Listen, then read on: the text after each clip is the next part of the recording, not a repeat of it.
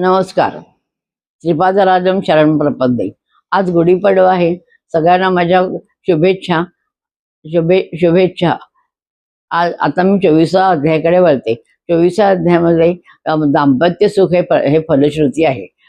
शंकर भट एकदा विचारतात की शंकराला अर्धनारी नटेश्वराचं का म्हणतात आणि तेवढे आयुध वगैरे का बाळगतात, का बाळगतात. तेव्हा तेव्हा ते म्हणतात की शंकराला पहिल्यांदा त्रिशूळ असतो. त्रिशूळाला किती टोकं असतात? 3. 3 टोकांमध्ये सत्व रजतम असे असतात आणि त्यांना त्रिगुणात्मक असं म्हणतात. त्यामुळे आणि नंतर त्यांच्या गळ्यामध्ये नाग असतं. नागाला ते हारासारखे वापरतात. आणि आपल्यामध्ये एक कुंडली नावाची शक्ती, सुप्त शक्ती असते आणि ती जर जागृत झाली तर आपल्याला अष्टसिद्धी प्राप्त होते.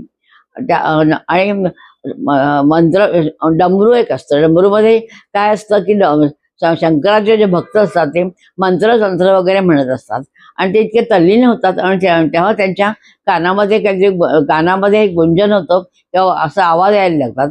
तेव्हा ते आनंद होतो, त्यांना होतो आणि अजूनच ते अधिक गाढ ते मंत्र म्हणू लागतात आणि डान्स करू लागतात. आणि त्यावेळेला डमरूसारखा आवाज येतो म्हणून त्याला डमरू असं म्हणतात.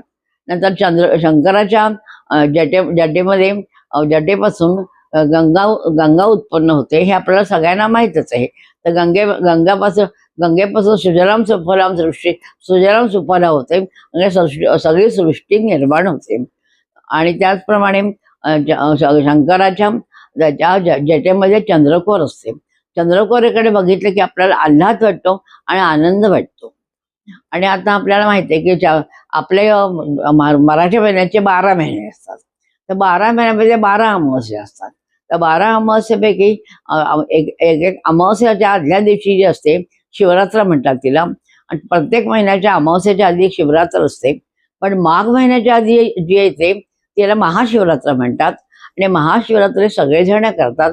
त्या दिवशी त्याचा उपास करतात. त्याचप्रमाणे आपल्याला शनिप्रदोष काय म्हणतात. शनिप्रदोष कसा की शनिवारी जर त्रयोदशी आली तर त्या दिवशी त्याला शनिप्रदोष म्हणतात.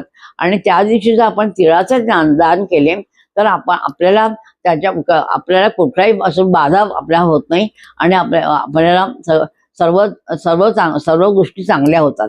त्याचप्रमाणे श्रीपादांची योगमाया अमोघ आहे आणि त्या सगळीकडे लक्ष देतात. आणि श्रीपाद वल्लभांना शिवशक्ती स्वरूप असं पण म्हटलं जातं. असं पण म्हटलं जातं.